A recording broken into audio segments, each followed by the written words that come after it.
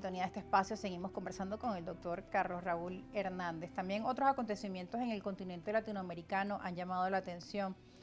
Este jueves 18 de enero, bueno, el miércoles en la noche recibíamos la noticia que lamentablemente el fiscal que llevaba el caso en Ecuador del asalto a los medios de comunicación, pues lamentablemente lo mataron, ¿no?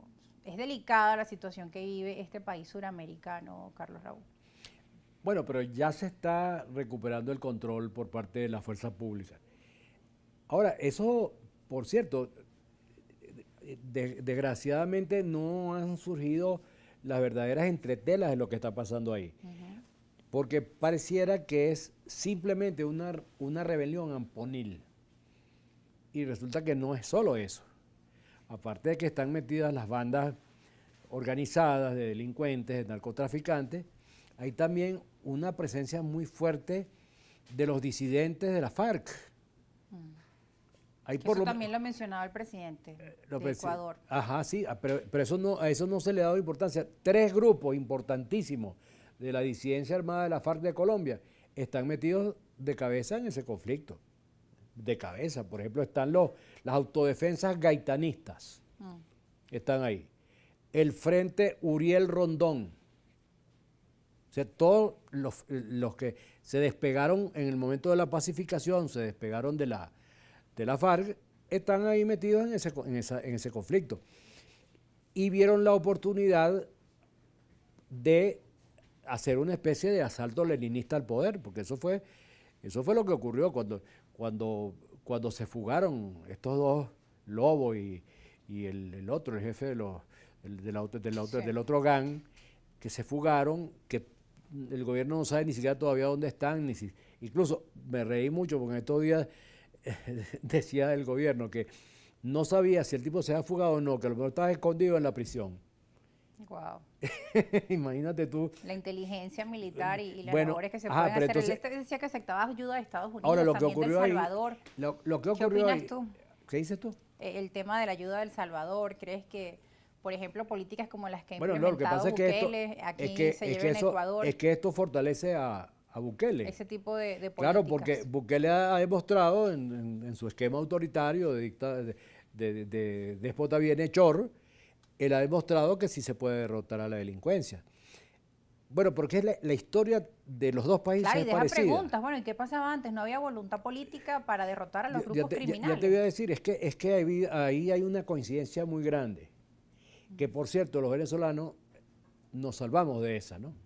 Porque a partir de un cierto momento de los años 2000 se puso de moda una teoría criminalística que además muy cultivada por los marxistas del siglo XIX y por los marxistas del siglo XX, por Marcuse y Adorno, que es que los verdaderos antisistemas, los únicos antisistemas, eran los delincuentes, drogadictos, inadaptados sociales, que esos eran los que podían luchar contra el sistema, porque la demás gente estaba integrada.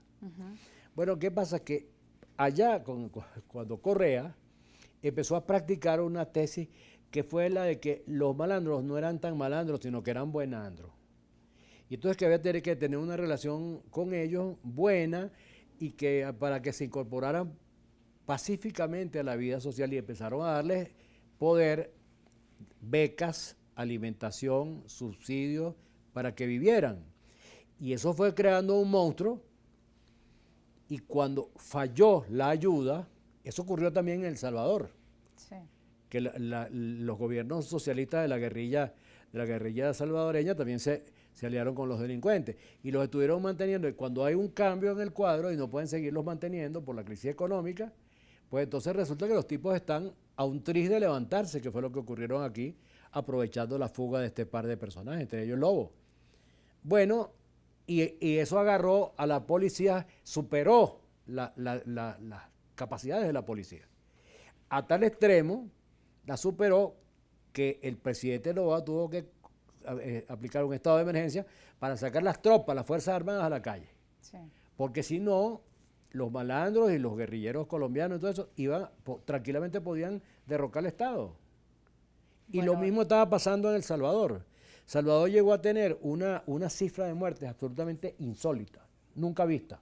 Y hoy los resultados muestran un país con una seguridad total. Tienen dos muertos por 100.000 hay hoy. Y antes había algo así como 120 muertos por 100.000 personas. Por eso, si bien es cuestionado Bukele por la comunidad internacional, por quizá políticas que les parece que son violatorias de los derechos humanos, él ha respondido, bueno, pero ¿qué es mejor o qué es peor?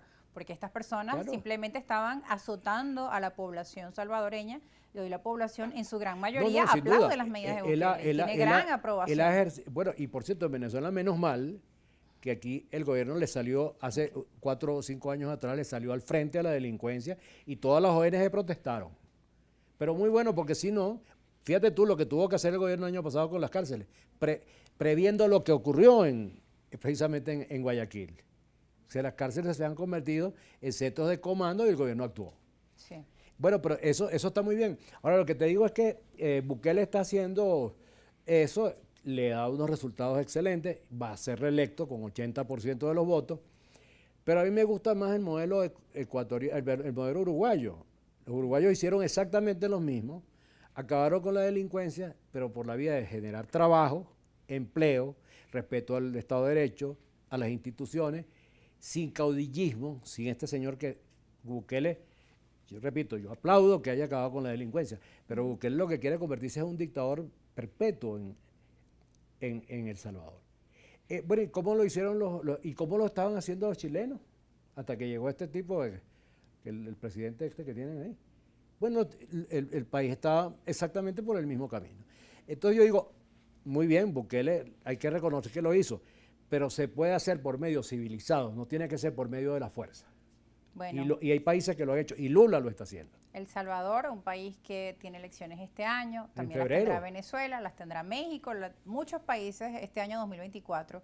Tú ves cambios para Venezuela, nos tenemos que ir, esto no es de adivinación, pero digamos, cómo en base a los datos que tenemos, en base a la información, a las estadísticas, qué posibilidades de cambios reales hay para Venezuela. Pues lo que pasa es que yo creo que el cambio en Venezuela ya comenzó. Lo que es importante es saber si continúa. Es decir, el cambio hacia una economía abierta, una economía productiva, una economía que produzca trabajo, que produzca bienestar, eso ya comenzó. Que no se esté haciendo a la velocidad y con las medidas necesarias es otra cosa, pero ya los pasos están dados. Bueno, y por cierto, Maduro dijo en estos días que ahora íbamos para el modelo chino, que es el modelo de socialismo de mercado. Bueno, ahí inició con las zonas económicas especiales, decía que tomándolas del modelo chino. Pero tiene que resolver los problemas estructurales. Si no resuelve la inflación, el problema del gigantismo de la administración pública, el problema de las empresas del Estado. La recuperación del poder adquisitivo, que es lo primero exactamente, que está en la agenda para recuperar el poder adquisitivo tiene que privatizar las 1.000 empresas esas podridas que tiene el Estado venezolano. Ahora, si no lo hace, siempre estaremos en los prolegómenos, en el comienzo. Siempre estaremos iniciando el año diciendo que este sí es el año de la recuperación económica. Los 18 motores, los 22 motores. Entonces, ahora son las 7T, ya no son los motores. Bueno, tenemos que despedirnos. Nuestras cuentas en redes sociales están a su disposición para que nos deje allí sus comentarios sobre pues el panorama de la geopolítica. Hoy hablamos de diversos temas, la situación en distintos países